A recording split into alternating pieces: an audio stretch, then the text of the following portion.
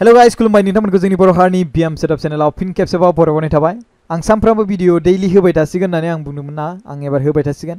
आंनाव सिस्टेम गैयामोन बै समावहाय, सिस्टेम गैयिनि थाखायनो आं भिडिअखौ बानायनो हायाखैमोन। बाट बेनि सिगां आं सिस्टेम भिडिअ बानायदोंमोन नंगौ, आं बे समाव मबाइलजों बानायदोंमोन। बाट आंनाव जे गिदिर सिस्टेम बे गोनांथि बे गैयामोन।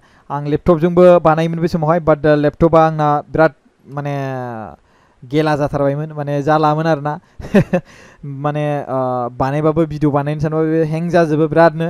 आरो मबाइलजों बानायनो हायोमोन, आरो मबाइलजों आङो बारा एसेबां सुखुनाय मोनाखैमोन, जायनि जाहोनाव आं मोनसे डेस्कटप बायनो गोनां जादों। आरो बे डेस्कटपा आंनाव सफैबाय। आं बिनि थाखायनो दासान्दि डेइलि एसे एनै भिडिअ होनो हागासिनो दं रायजो राजाफोर।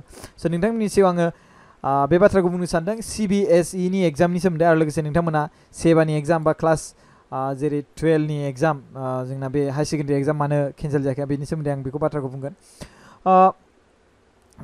मैयाहाय मोनसे मिटिं जादोंमोन जोंहा भारत हादरनि prime minister PM Narendra Modi बिथांजों। बिथाङा बुंदों कि बेवहाय CBSE नि एग्जाम आरो लोगोसे CIS क्लास 12 बोर्ड एग्जामा केन्सेल जासिगोन डिउ टु COVID-19।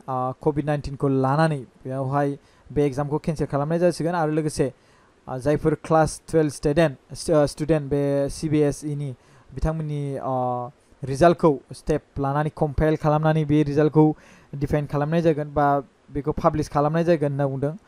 बाउन्ड मेनार लानानै बिथांमोननि नलेजखौ लानानै बेखौ डिसाइड खालामनाय जागोन होनना बुंदों। मिन्स बेयाव मोनथिनो हादों मथेब्ला जोंबा बिथांमोना जायफोर एग्जाम होनाङा बिथांमोना पास जागोन नामा, बे पास माने बिथांमोना एग्जाम होआलासिनो पास जागोनदां, बेफोरबायदि मोनसे नङा होमबा।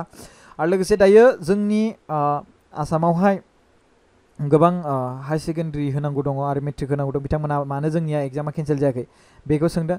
स' आंनि मथेब्ला जुदि CBSE नि एग्जामा जुदि केन्सेल जायोब्ला, होमबा आं सानो बे high secondary exam Assam board of सेकेन्डारिनि एग्जाम बेबो केन्सेल जागोन बेखौ सानो आङो। आसाम हाई सेकेन्डारि माने बेबो एग्जामा केन्सेल जागोन बायदि आं बेखौ सानो।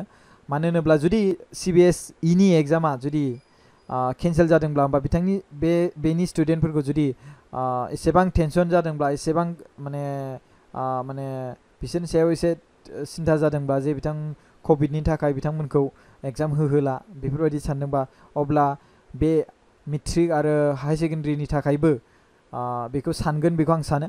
बाट बेयावहाय CBSE माने सेन्ट्रेल जाहैबाय नालाय, नङा होमबा। स' सेन्ट्रेलनि थाखाय बेखौ सिगांग्रो ध्यान खालामग्रोदों आं बेखौ सानो, माने बेखौ नोजोर होग्रोदों सिगांग्रो आं बेखौ सानो।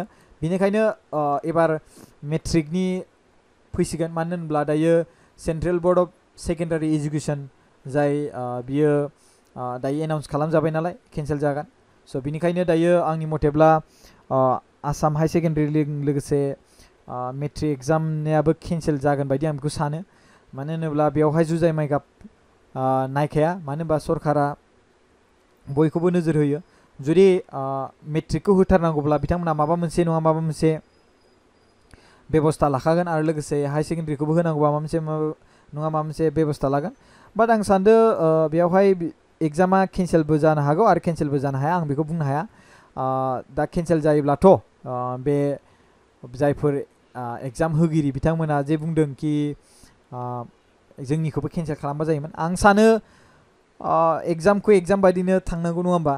आरो आं दाख्लैबावैसो अनलाइन एग्जाम होदोंमोन, बे आंनि फार्स्ट टाइम अनलाइन एग्जाममोन। आरो अनलाइन एग्जामाव गोरासिनसो फैनाय बायदि मोनो, मानो होनोब्ला बिथांमोना बिथोरिया बांसिन गोरासिन कुइसन खालामसिनो।